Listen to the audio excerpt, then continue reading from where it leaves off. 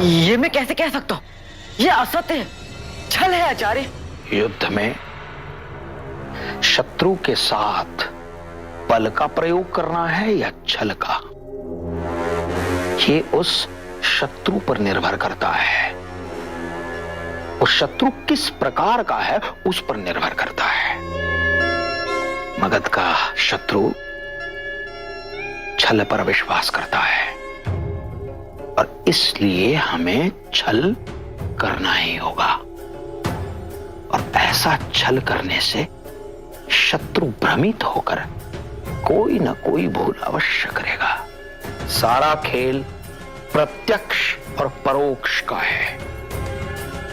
यदि युद्ध में हम शत्रु पर आक्रमण करने योग्य भी हैं, तो शत्रु को यह कभी नहीं दिखाना चाहिए कि हम सक्षम हैं, किंतु शत्रु को यह दिखाना चाहिए कि हम सक्षम नहीं हैं। और यदि युद्ध में हम आक्रमण करने योग्य नहीं हैं, तो हमें शत्रु को यह दिखाना चाहिए कि हम आक्रमण करने के लिए सक्षम हैं। हम यदि शत्रु के समीप हों, तो शत्रु को यह प्रतीत करना होता है कि हम शत्रु से दूर हैं। और यदि हम शत्रु से दूर हैं, तो हमें यह भ्रम उत्पन्न करना चाहिए कि हम शत्रु के अति समीप हैं। यही एक उपाय है वराहमिहिर तक पहुंचने का। किसी को भी क्षति पहुंचाए बिना, और हम ये जो कुछ भी कर रहे हैं मातृभूमि की रक्षा के लिए कर रहे हैं, और मातृभूमि की रक्षा सर्वोपरि है। मुझे आशीर्वाद दीजिए कि मैं आपके द्वारा सौंपे गए दायित्व को पूरा कर सकूं।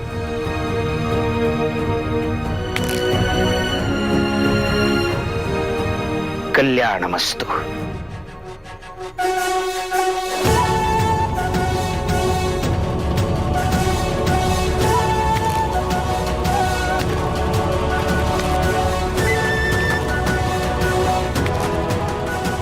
मगध का भविष्य तुम्हारे हाथों में है पुत्र।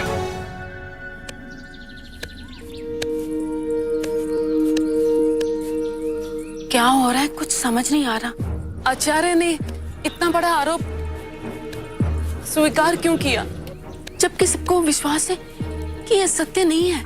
फिर अपने ऊपर इस प्रकार संदेह प्रकट कराने का कारण क्या होगा? इस समय आचार्य पर बहुत कुछ आश्रित है।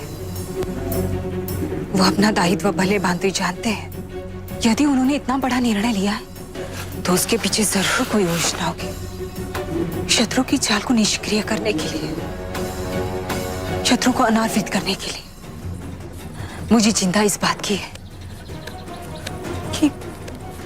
कि समय पर आचार्य की निर्दोषता का प्रमाण नहीं मिला तो क्या होगा?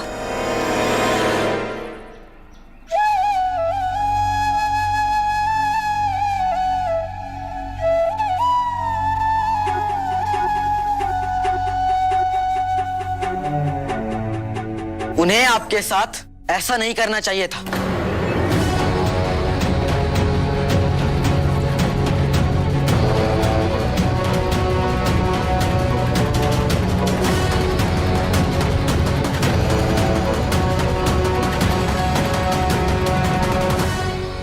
मैं जानता हूं कि आपको ये सुनकर अच्छा नहीं लगेगा, तो आपके पिता के जैसा विश्वासघाती मैंने तो नहीं देखा। प्रतिशोध की अग्नि को इतना कैसे जल सकता है कि अपनी पुत्री का ध्यान न रखे? अपराध भले ही उनका, किंतु दंड आपको भी मिलेगा ही मिलेगा। और इस बार मैं भी आपको नहीं बचा पाऊंगा। मेरे पिता ने समर्पण तो कर दिया है। केवल दिखावा था वो, क्योंकि उन्होंने अभी तक असत्य का साथ नहीं छोड़ा। असत्य? हाँ, असत्य। आचार्य चाणक्य पे आरोप लगाना कि वो भी इस षड्यंत्र में सम्मिलित है, इससे बड़ा सत्य और क्या हो सकता है?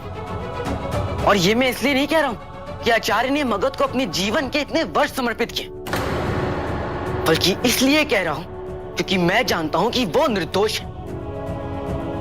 मैंने स्वयं उन्हें लक्षागृह से ढूंढ निकाला था। बंदी बना लिए गए थे वो अपहरण के पश्चात। और यह अपहरण कोई दिखावा नहीं था, क्योंकि जिस दशा में वो पाए गए थे, प्राण निकलने वाले थे उनके प्राण। मैं जानता हूं कि ये बात मैं पहले कहता तो किसी को विश्वास नहीं होता, पर अब होगा, क्योंकि आचार्य आक्रामकों को ऐसा व्यक्ति मिल गया है जो इस षड्यंत्र के मुख्य अपराधियों के बारे में सब कुछ बता देगा, और उस व्यक्ति का नाम है वराहमिर। और शीघ्र ही उसे सम्राट के समक्ष प्रस्तुत किया जाएगा। वराहमिर के सत्य बोलते ही आपके पिता का असत्य पकड़ा जाएगा, और फिर तो आपका जीवन इतना दूभर होने वाला है यहां कि आप मृत्यु की कामना करने लगेंगे, और इसके उत्तरदायी आपके पिता होंगे। आपके पिता जो किसी और के कहने पे चल के अपनी पुत्री का जीवन नष्ट कर रहे हैं।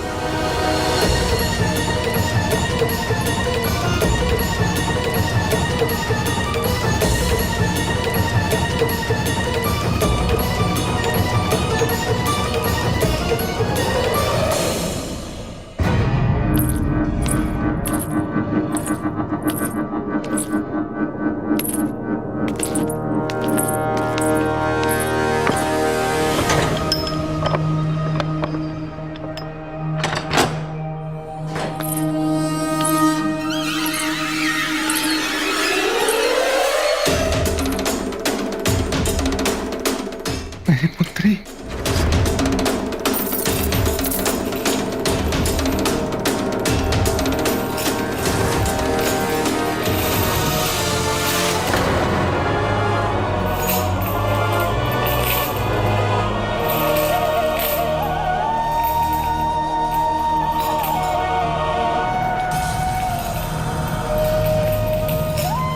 अहंकारा, मेरी पुत्री, यदि सम्राट बिंदुसार ने मेरी अंतिम इच्छा मुझे पूछ ली होती तो मैं उनसे कहता कि बस एक बार मुझे मेरी पुत्री से मिला दो।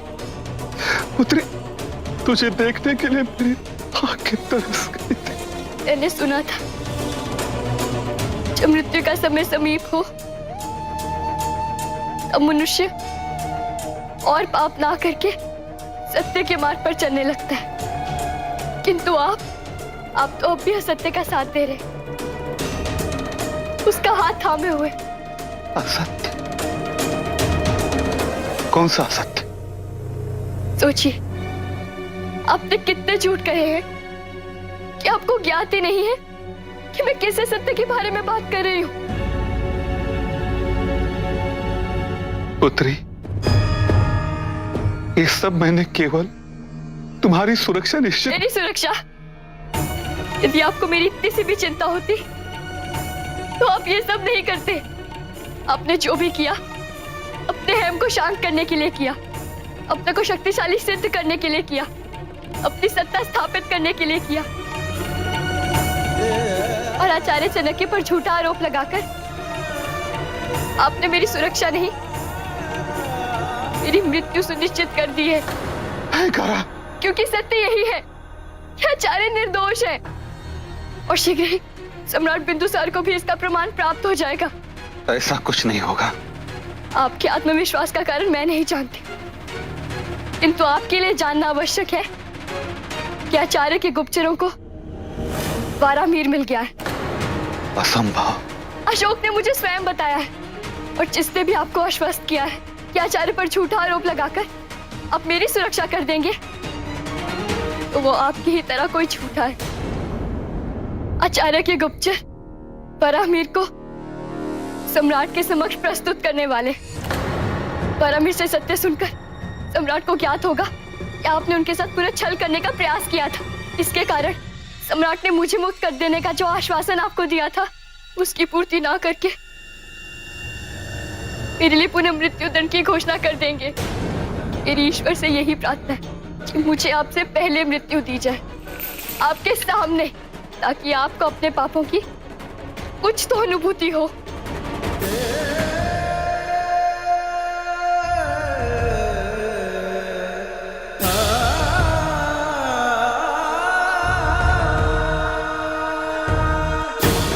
तब तो मुझे सुनिश्चित करना होगा कि वरामीर सम्राट तक ना पहुंचे।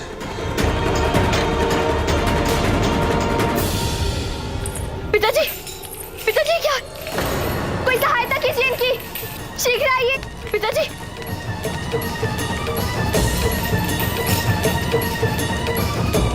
मैं वैद्यराज को लेकर आता हूँ।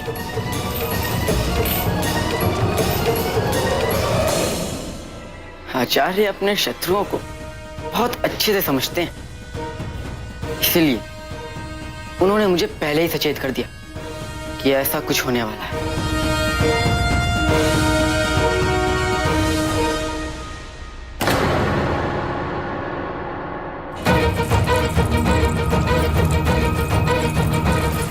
ये आप क्यों करिए रानी नूर? मत करिए। सितारा, अपने बेटे को कायर बनता हुआ देखने से अच्छा है कि हम खुद की जान दे दें। ऐसा मत करिए राजकुमार, राजकुमार।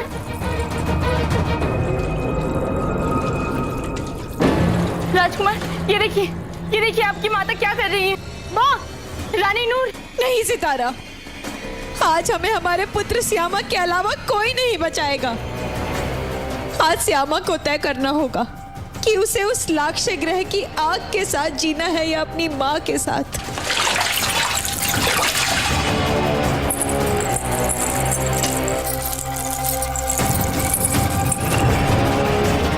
माँ ऐसा मत करिए माँ, सिर्फ परीक्षा मत लीजिए मेरी। परीक्षा का दिन है श्यामक, आज तुम्हारी परीक्षा का ही दिन है। अगर तुम अपनी माँ के लिए अपने भय का परित्याग नहीं कर सके तो अपनी मातृभूमि की रक्षा कैसे करोगे? आगे बढ़ो श्यामक, आगे बढ़ो। इससे पहले कि तुम अपनी माँ को खो दो, आगे बढ़ो और हमें बचाओ श्यामक। नूर, नूर ये क्या कर रही हो तुम? बढ़ो, आगे बढ़ो श्यामक, आगे बढ़ो। पुत्र अपनी माँ की रक्षा। जस्टिन छोड़ो, छोड़ो जस्टिन, छोड़ो।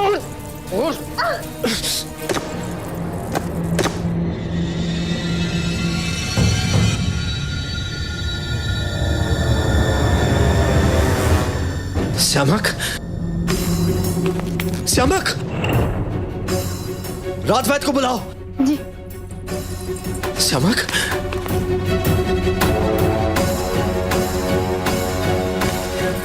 क्या पागलपन है ये नूर? अपने बेटे के साथ भी कोई ऐसा करता है क्या? मैं अपने बेटे को कायर बनता हुआ नहीं देख सकती जस्टिन। श्यामक केवल तुम्हारा बेटा नहीं है,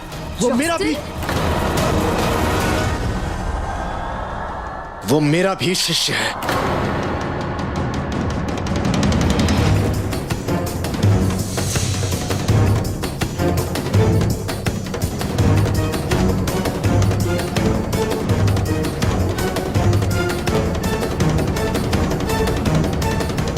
साहस किसी को थोपा नहीं जा सकता है रानी नूर, वो तो रक्त में होता है।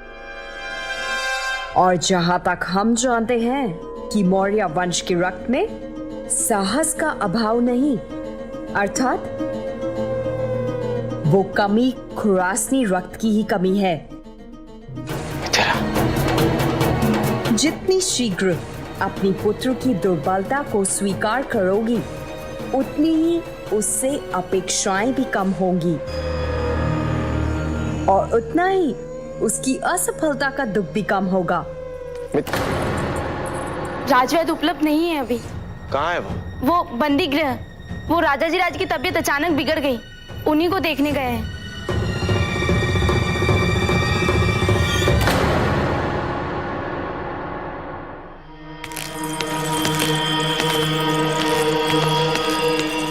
नाना जी, आप जानते हैं राजा जी राज की तबीयत अचानक खराब हो गई है।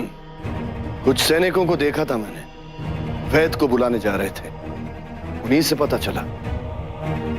राजा जी राज अस्वस्थ होने का नाटक करके हमें कोई संदेश तो नहीं दे रहा है।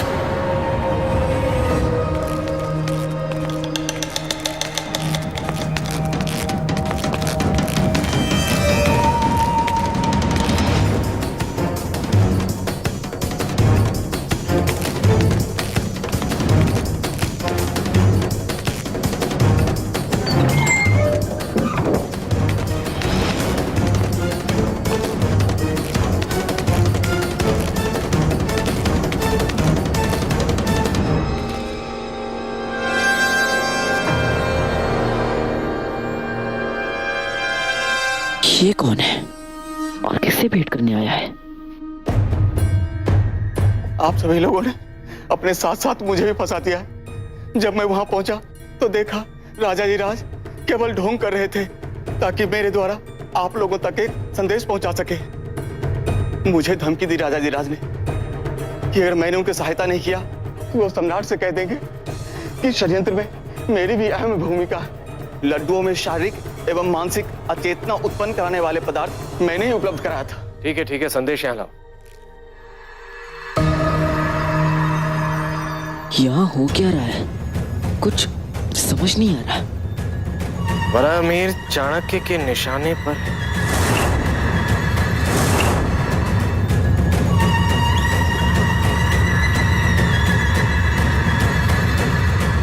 अपनी जुबान बंद रखना, इसी में तुम्हारी भलाई है, समझे? अब वरामीर कहाँ है? उसे आज ही यहाँ से बाहर भेजा जाएगा। पहले हमने सोचा था उसे जीवित रहने देंगे, किंतु अब उसका जीवन हमारी मृत्यु का निमित्त नहीं बन सकता है। जाओ, वरामीर जीवित नहीं बचना चाहिए।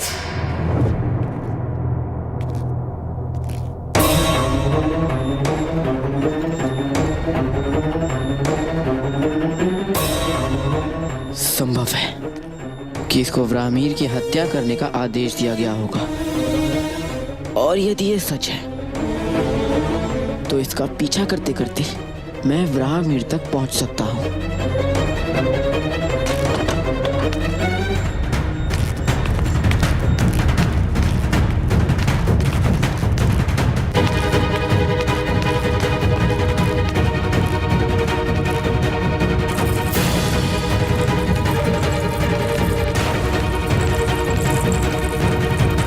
अभी तक हमें आचार्य चाणक्य की निर्दोषता का कोई प्रमाण नहीं मिला है। जो भी सामने आता है यही कहता है कि सूर्य पश्चिम से उदय हो सकता है, किंतु आचार्य चाणक्य इस षड्यंत्र में कभी सम्मिलित नहीं हो सकते।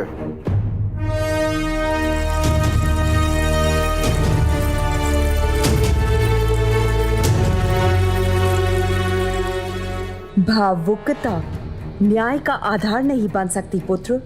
विश्वासघात का अर्थ है जिस पे विश्वास करो वही घात करे। सत्य कह रही हैं आप। मेरे लिए मगध से अधिक महत्वपूर्ण कुछ नहीं है।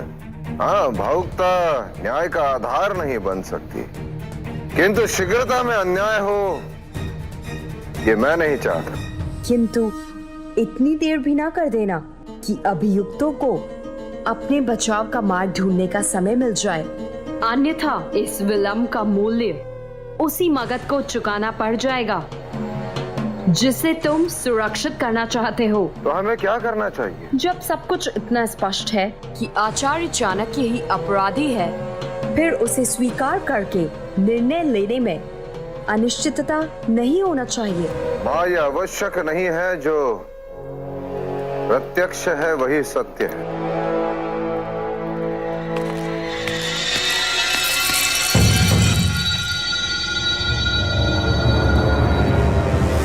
यदि आचार्य चाणक्य निर्दोष हैं,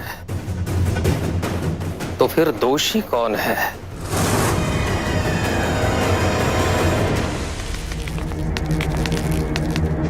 राजमाता हेलेना ने भेजा है। जो सामान वो बाहर भिजवाना चाहती थी वो वापस लाने के लिए। वैसे तो सबकी सहायता करना मेरा स्वभाव है, आपकी सहायता भी करना चाहता हूँ, लेकिन क्या है ना कि हूं तो व्यापारी, और व्यापारी व्यापार नहीं करेगा तो क्या करेगा? सामान भेजने का मूल्य था, सामान वापस लौटाने का भी मूल्य है।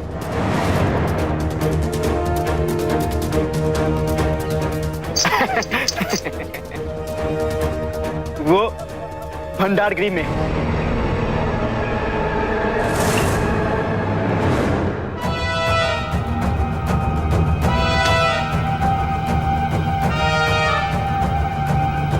आइए।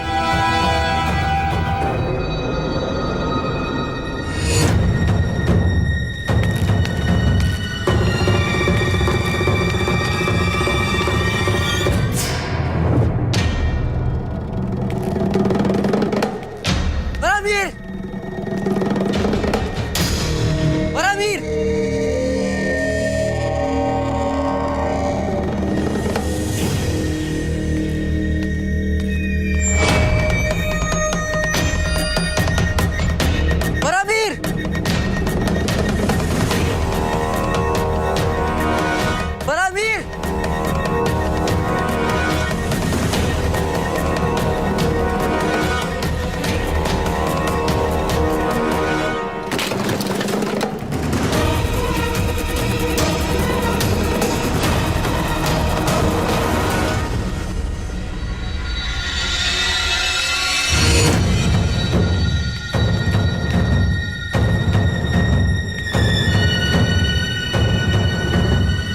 छुपने की आवश्यकता नहीं है, मैं तुम्हें देख चुका हूं।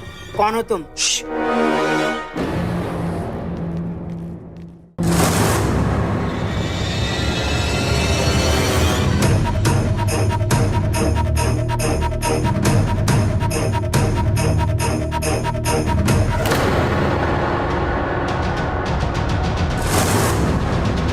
कुटप्पा कहाँ है?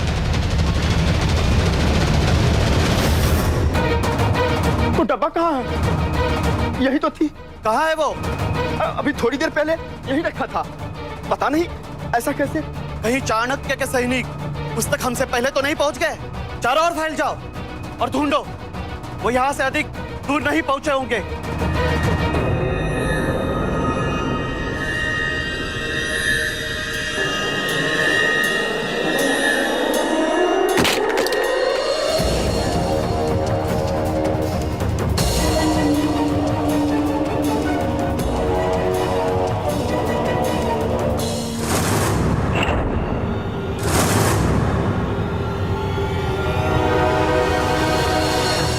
डब्बे को यहाँ से ले जाना असंभव है। जब गुरु का आदेश भी हो और आशीर्वाद भी, तो शिष्य हर असंभव को संभव बना लेता है। अति उत्तम।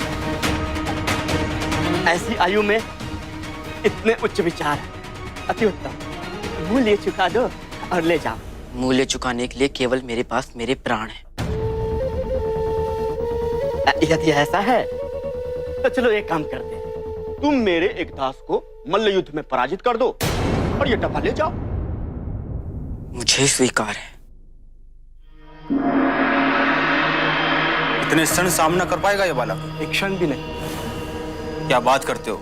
मैं तो कहता हूँ ये बालक इस दास को पराजित कर देगा, और यदि ऐसा नहीं हुआ तो मैं 100 पन्ने हार जाऊं। यदि ये बालक विजय हो तो मैं 100 पन्ने हार जाऊं। कौन है जिसे पराजित करना इतनी बड़ी बात है इनके लिए?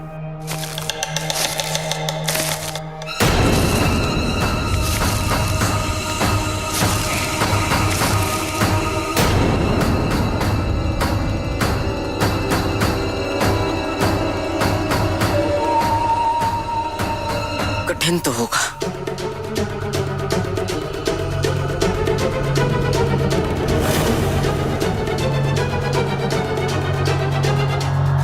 मुझे युद्ध आरंभ करने से पहले थोड़े व्यायाम की आवश्यकता पड़ेगी।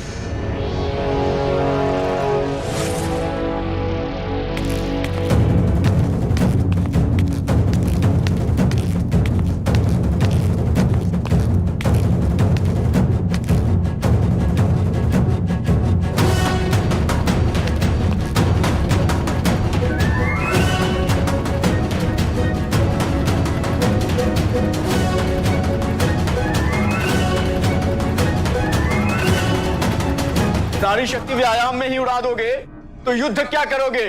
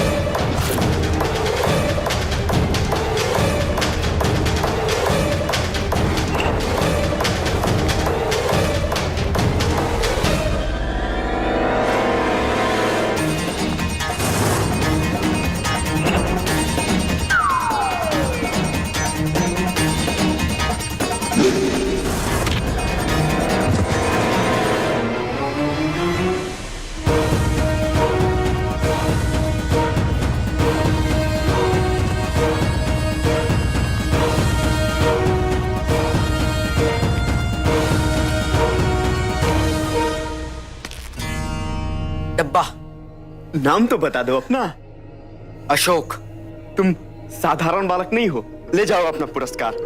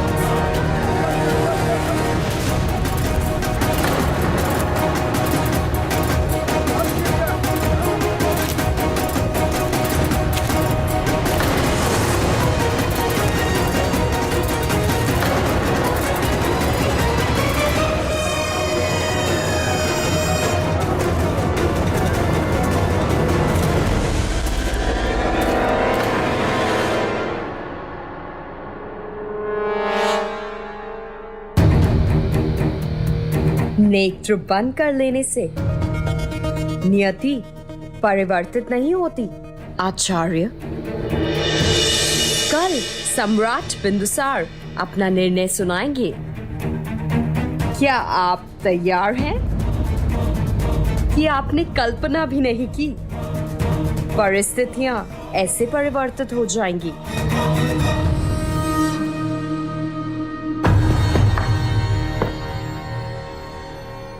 परिवर्तन सृष्टि का नियम है देवी, और मैं सृष्टि के नियमों का विरोध नहीं करता। मैं मेरी शक्ति का उपयोग पुराने को रोकने के लिए नहीं, किंतु नए का निर्माण करने के लिए करता हूं।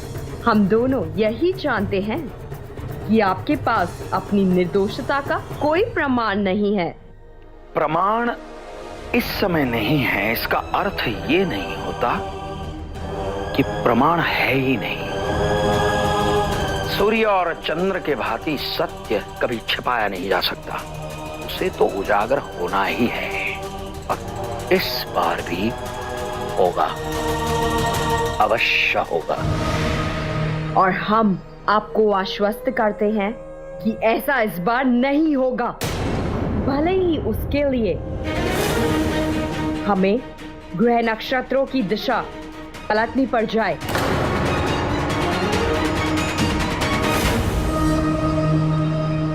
नहीं,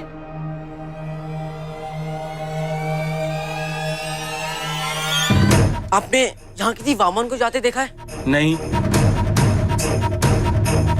क्या होगा? हो जा सकता है।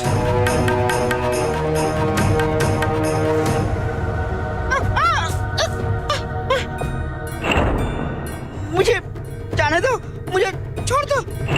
मुझे मारकर क्या मिलेगा तुम लोगों को?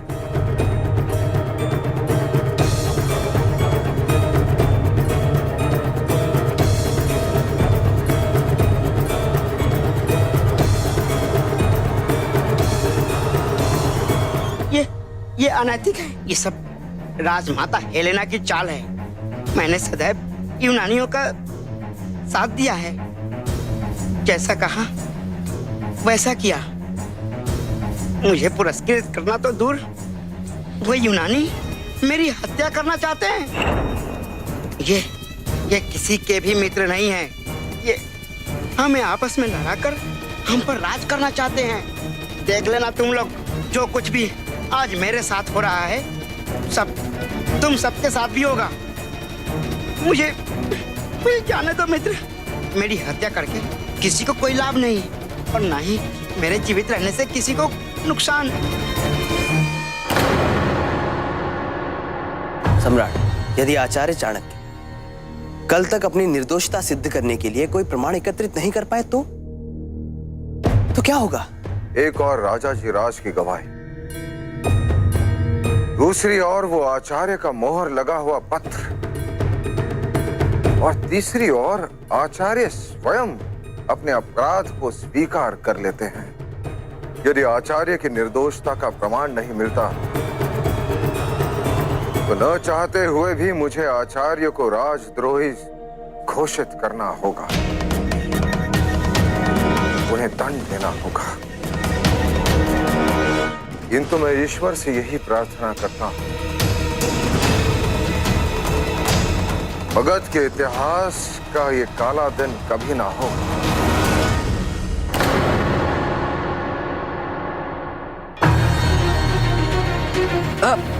सुनिए, आपने किसी वामन को देखा यहाँ से जाते? नहीं, मैंने तो नहीं देखा। अच्छा, 5-6 लोग किसी को ढूंढते हुए जा रहे थे, उन्हें देखा क्या? हाँ, इधर। धन्यवाद। मुझे मत मारो, मुझे मत मारो, मुझे मत मारो।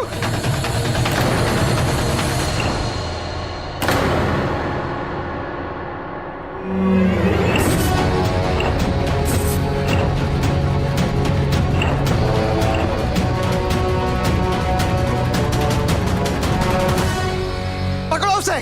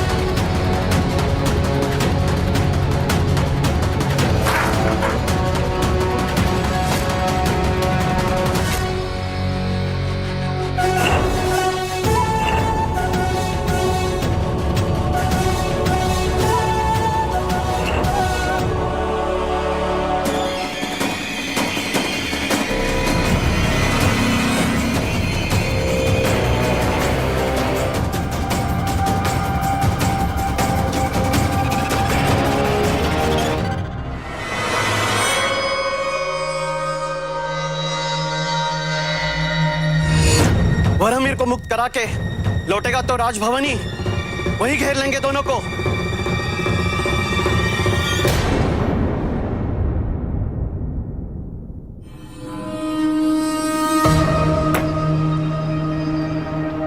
हमें वर हमीर को जिंदा नहीं छोड़ना चाहिए था। तुम ऐसे घूर के क्या देख रही हो मेरी ओर? किसने सुझाव दिया था ये? मानता हूं कि सुझाव मेरा था, लेकिन तुमने और जस्टिन ने इस सुझाव को ठीक समझा था। निर्णय मेरे अकेले का ही नहीं था। जब हमने निर्णय अपनी समझबूझ से नहीं लिया है, समस्या उत्पन्न हुई है। हमें नहीं सुननी चाहिए थी आपकी बात।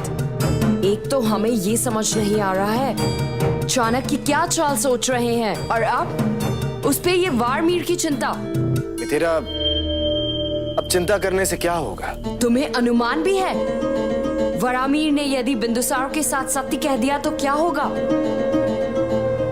किंतु हमने तुम्हें इस सब से दूर रखा, लेकिन राजा जी राज के साथ चाणक्य की गर्दन नहीं होगी, हमारी गर्दन होगी फांसी के फंदे में। देखना लटकते हुए हमें। हेलेना, तो ऐसे घबरा रही हो जैसे सब कुछ खत्म हो चुका है। खत्म तो आपने उसी दिन कर दिया जब अपनी मुक्ति के लिए चाणक्य के कहने पर मौर्य वंश का बंदी बना दिया हमें। हम हैं जो आज तक जीवित हैं और प्रयास कर रहे हैं आपको स्वतंत्र करने का। कभी आपने चिंता की है हमारी? सदैव हमारा लाभ उठाया। यदि आज आप हमारा साथ दे रहे हैं तो केवल अपनी पराजय का प्रतिशोध लेने का, अपनी पुत्री की दुखों का नहीं। बस हेलेना, बस।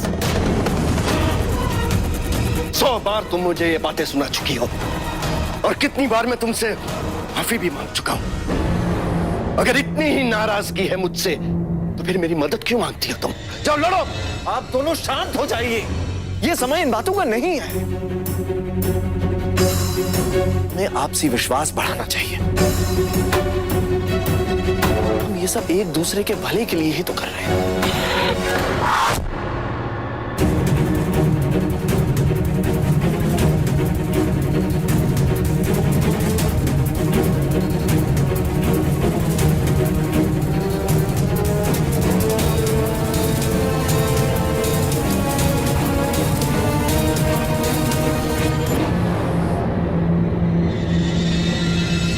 वरामीर भाग गया। नहीं, ये ठीक नहीं हुआ है, ठीक नहीं हुआ ये। भाग तो गया, किंतु सभा तक नहीं पहुंचना चाहिए। चारों ओर हमारे गुप्तचरों और सैनिकों का जाल बिछा दो। यदि कोई भी राजभवन में अनधिकृत रूप से प्रवेश करता पाया जाए तो उसे मार दो। किंतु ये करना उचित नहीं होगा। चुप, बिल्कुल चुप कायर। स्वयं कुछ करने का साहस नहीं, उचित अनुचित का भेद सिखाने चला हमें। केवल वरामीर को मारना पर्याप्त नहीं होगा, क्योंकि चाणक्य उसकी मृत्यु का लाभ उठा सकता है और ये हम होने नहीं देंगे। इसलिए सबसे अच्छा है कि चाणक्य को भी मार दिया जाए। क्या? हाँ, चाणक्य को मारना होगा और हम उसे आज मारेंगे।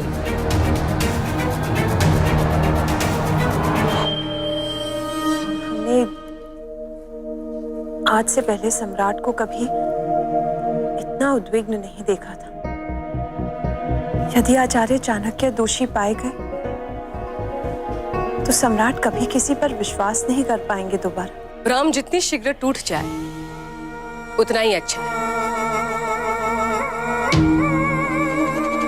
मुझे तो चाणक्य की वास्तविकता उसी दिन ज्ञात हो गई जिस दिन उन्होंने सुशीम को युवराज बनने नहीं दिया।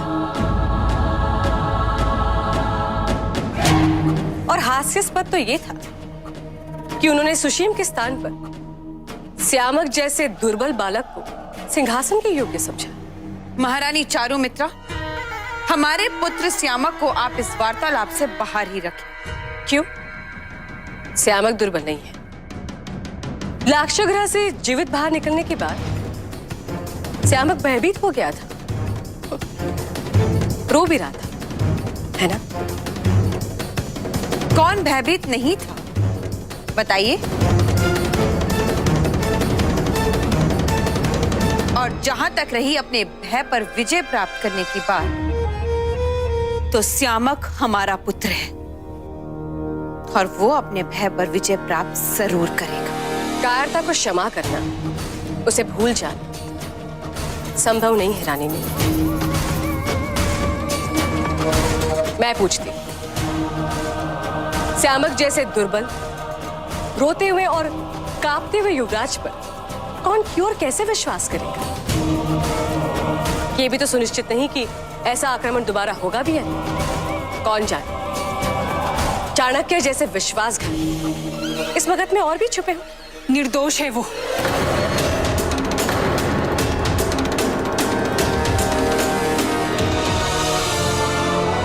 क्षमा कीजिएगा, किंतु जब भी आचार्य के विरुद्ध कुछ भी सुनती हूं तो कोई कैसे संदेह कर सकता है उनकी निष्ठा पर।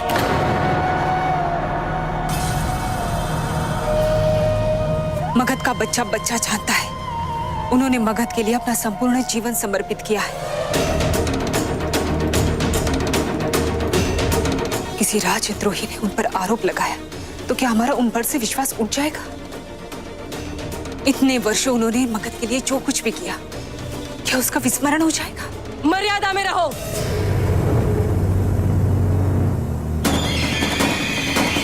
मैं तो केवल वही कह रही हूँ जो सत्य है, और मेरी सोच यही है कि तुम्हारी सोच महत्वपूर्ण नहीं। एक दासी हो तुम, हम रानियों के पैरों की धूल। हमारी बराबरी करने की कोशिश मत करो। ऐसा क्या अनुचित कह दिया इस दासी ने?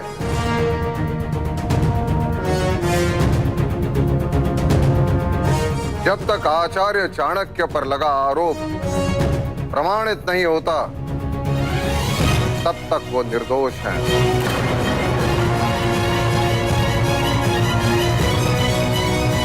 उन्हीं के कारण आज मगध एक अखंड साम्राज्य के रूप में स्थापित हैं।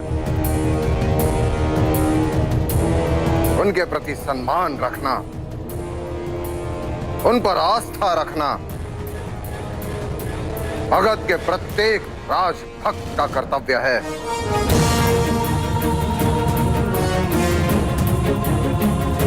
मैं अपने रानियों से यही अपेक्षा करता हूं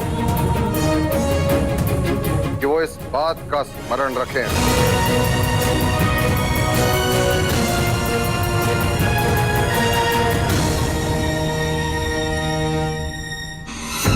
मैंने भावुक होकर सत्य तो कह दिया, किंतु कहीं इससे अशोक पर कोई संकट ना आ जाए।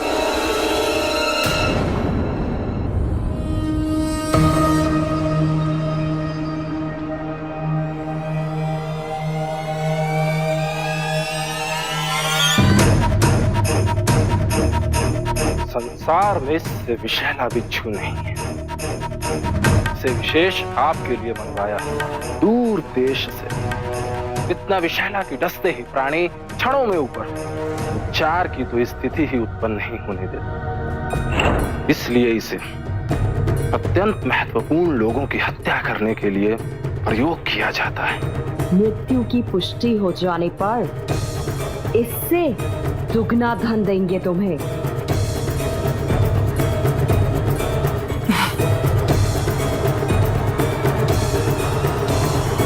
तेरा ये करना उचित नहीं है। कोई उपाय है हमारी रक्षा करने का?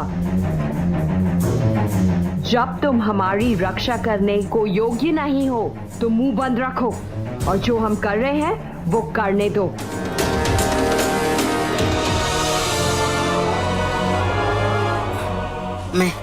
मैं कैसे कहूँ, क्या कहूँ?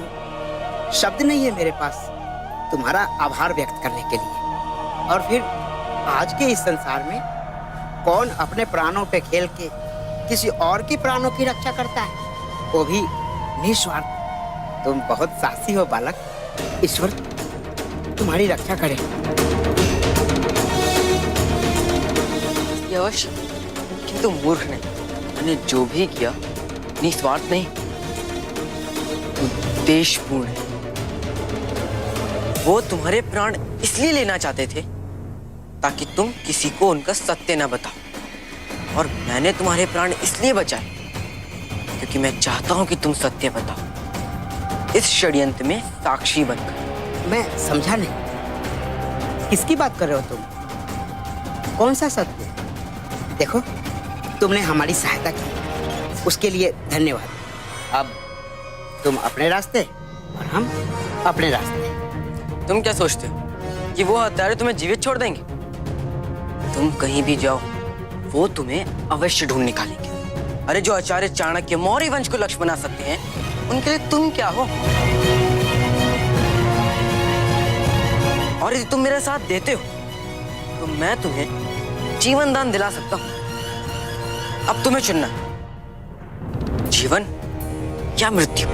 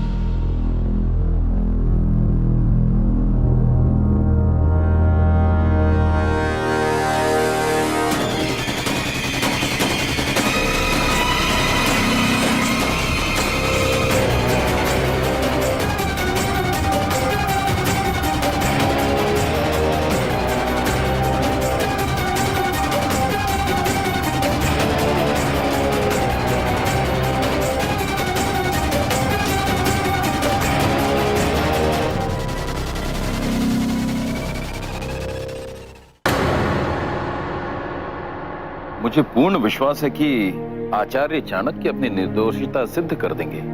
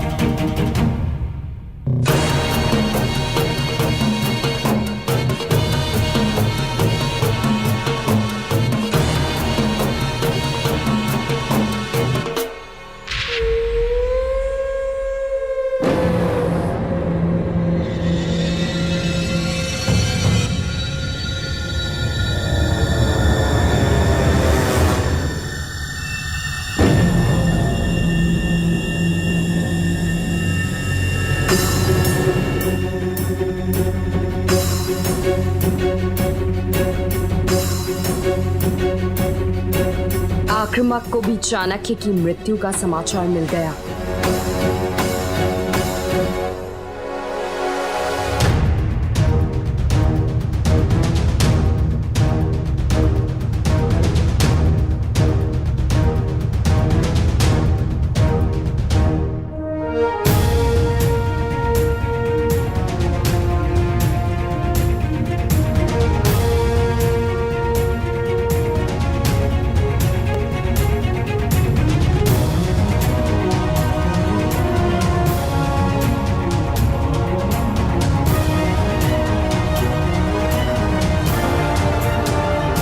आचार्य चाणक्य अभी तक नहीं आए?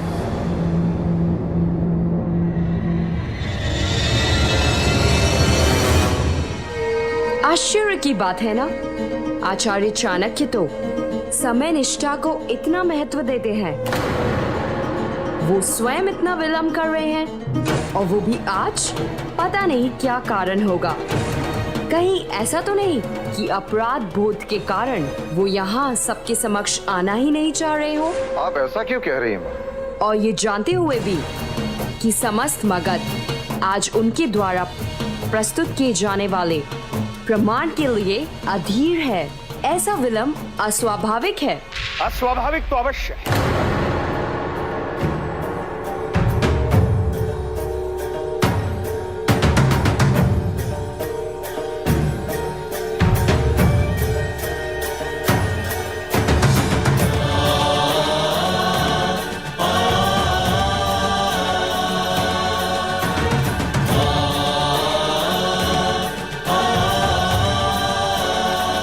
स्वाभाविक तो अवश्य, किंतु बात जब मातृभूमि की रक्षा की और मगध के हित की हो तो मैं चिर निद्रा से भी उठकर आ जाऊं। ये तो एक सहज स्वाभाविक निद्रा थी।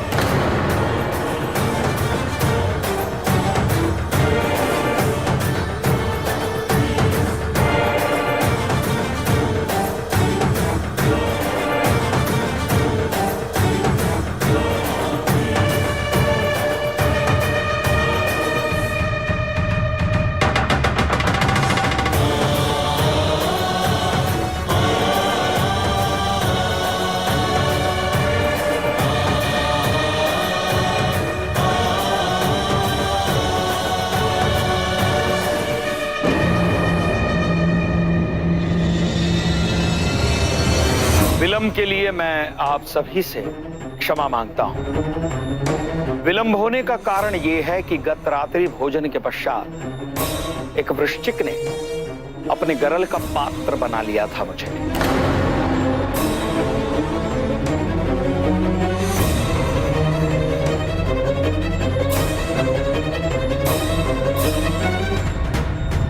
इसलिए सहज निद्रा टूटने में थोड़ा सा विलंब हुआ है।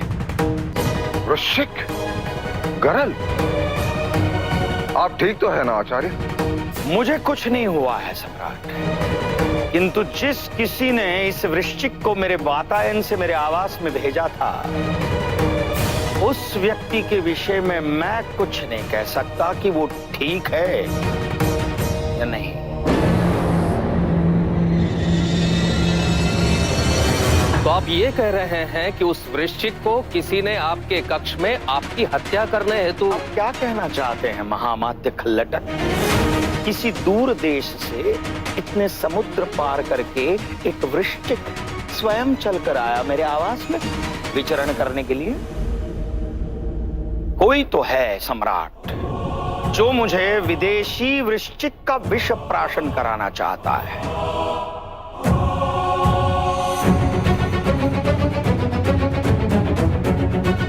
किंतु वो नहीं जानता कि इस शरीर ने इतना विष ग्रहण कर लिया है कि वो विदेशी वृश्चिक का विष मुझे लेश मात्र हानि नहीं पहुंचा सकता। और ये विश्व विदित है सम्राट। सम्राट चंद्रगुप्त को मैं स्वयं विष प्राशन करवाता था।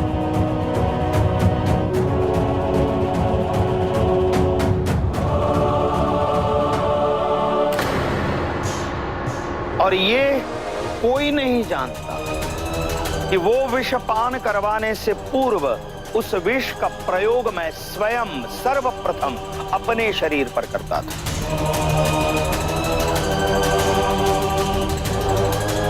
इसलिए ये शरीर ने इतना विष ग्रहण कर लिया है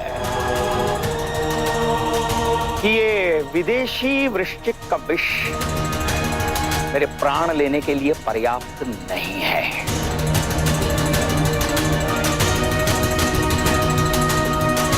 चलिए अब उस वृश्चिक को मैं पालक बनकर अवश्य पालूंगा।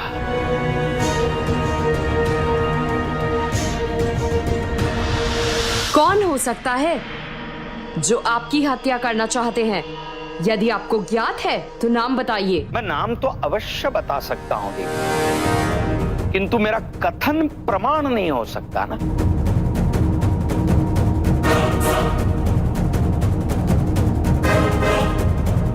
और इसलिए प्रमाण को सिद्ध करने के लिए मुझे साक्षी की आवश्यकता है।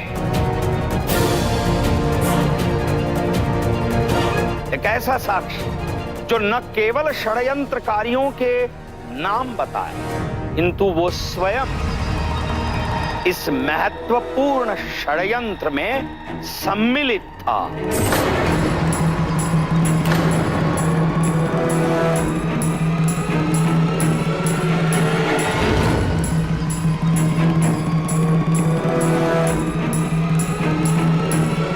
ऐसा व्यक्ति चाहिए मुझे साक्षी के रूप में, और ऐसा व्यक्ति है मेरे पास।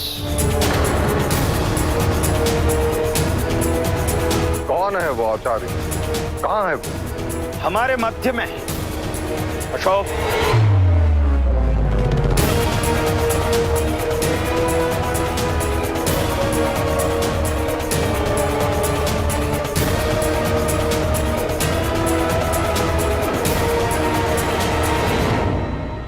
अशोक, आचार्य, ये साक्षी है। सब जानते हैं ये आपके साथ है। इसके साक्ष्य कोई महत्व नहीं। मैंने ये नहीं कहा देवी कि अशोक साक्षी है, किंतु उस साक्ष्य को यहां सबके समक्ष उपस्थित करने के लिए अशोक निमित्त मात्र अवश्य है।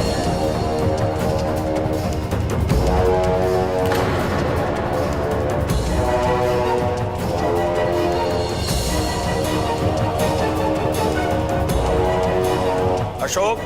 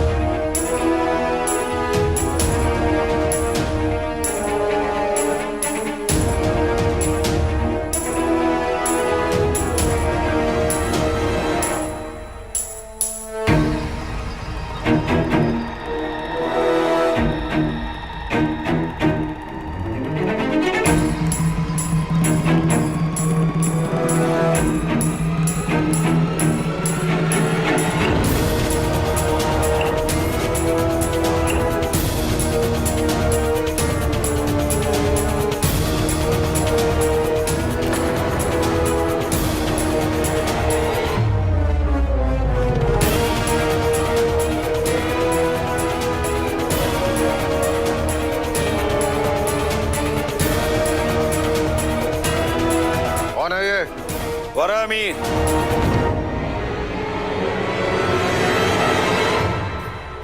ये वही वामन है सम्राट, जिसने राजाधिराज के षड्यंत्र की पूर्तता के लिए भूमिगत गुप्त मार्ग का निर्माण करवाया।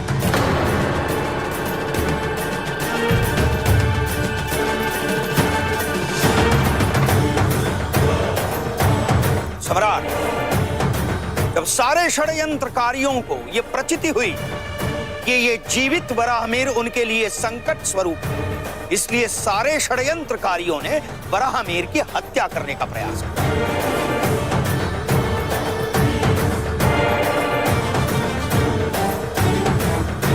और इस विश्वासघात के फलस्वरूप इस वामन ने यह निश्चय किया कि वो सारे षड्यंत्रकारियों के नाम आपके सन्मुख प्रस्तुत करेगा और सत्य उजागर करेगा।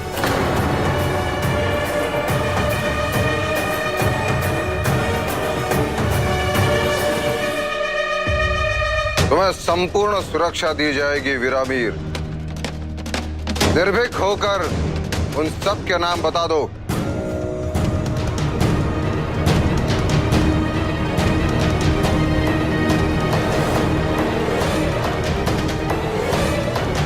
इस षड्यंत्र के पीछे राजाधिराज के साथ मगध के सबसे पुराने शत्रु यूनानी भी शामिल थे।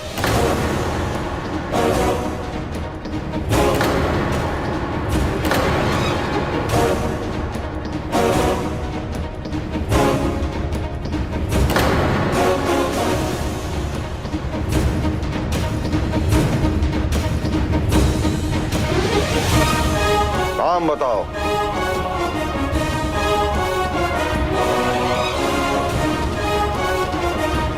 बिल्कुल चुप कायर। स्वयं कुछ करने का साहस नहीं, उचित अनुचित का भेद सिखाने चला हमें।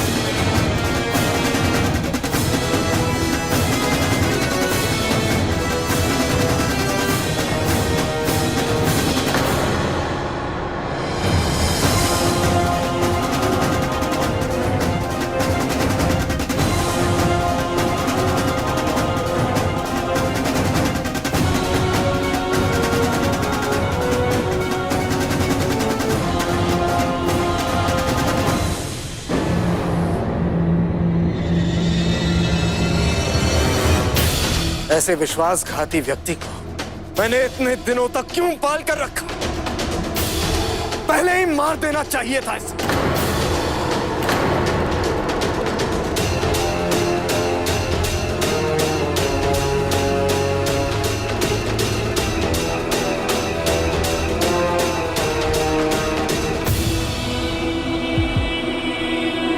ऐसे क्या देख रहे हैं मेरी?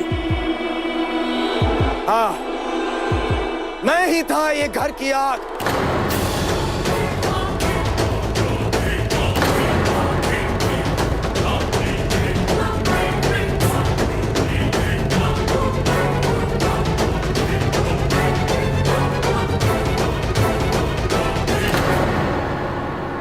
जो सबको जला देना चाहता था, जो सबकी हत्या करना चाहता था,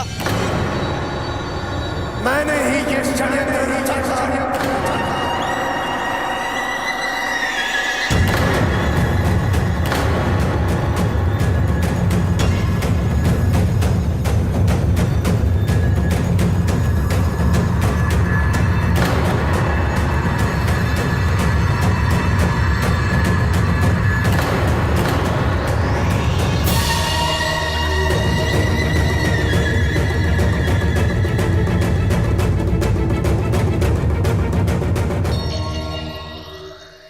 For more updates, log on to colorstv.in.com. Like us on facebook.com/colorstv. Follow us on twitter.com/colorstv. For more updates, log on to colorstv.in.com. Like us on facebook.com/colorstv. Follow us on twitter.com/colorstv.